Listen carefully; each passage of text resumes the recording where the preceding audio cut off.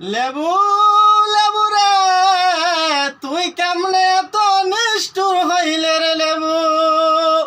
এ লেবু আজকে যখন আমরা বাজারে যাই লেবু রে তুই প্রতি পিস 30 টাকা হয়ে গেলে রে লেবু। লেবু রে সারা বছর তুই বাজারে থাকিস তোকে আমরা জিজ্ঞাসা করি না রে লেবু।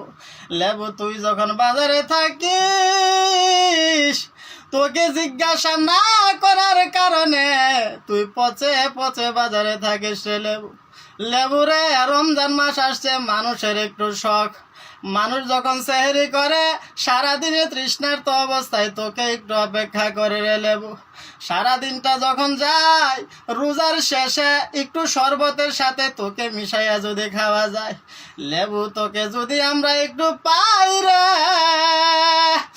আমাদের রোজা রাখার মনটা প্রশান্তিতে ভরে যায়।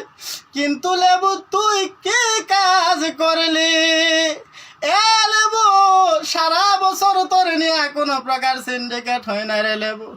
লেবু রে রমজান মাসটা আসলে আমাদের মুসলমানদেরকে জিম্মি কইরা তোকে নিয়ে এত রাজনীতি কেন রে লেবু?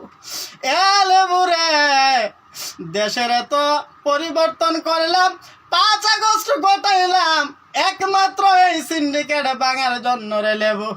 কিন্তু তোকে সিন্ডিকেট তো ভাঙতে পারলামই না, ইতিহাসের সর্বোচ্চ দাম দিয়া রে তোকে বাজার থেকে আজকে কিনতে হয়। এ লেবু উচ্চবিত্তরা যে এখানে সাহস করতে পারে না, আমরা গরিব মানুষেরা তোকে কিনে খেতে কিভাবে সাহস করবো রে লেবু?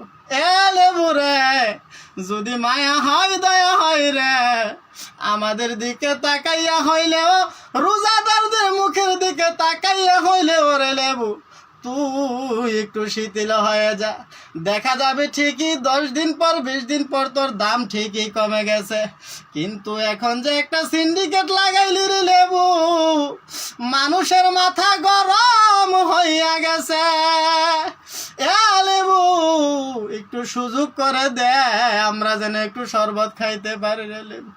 লেবু রে যদি তুই সুযোগ করে দেস আল্লাহর কাছে দোয়া করব তুই যেন বছরে বেশি বেশি ফলন দিতে পারিস।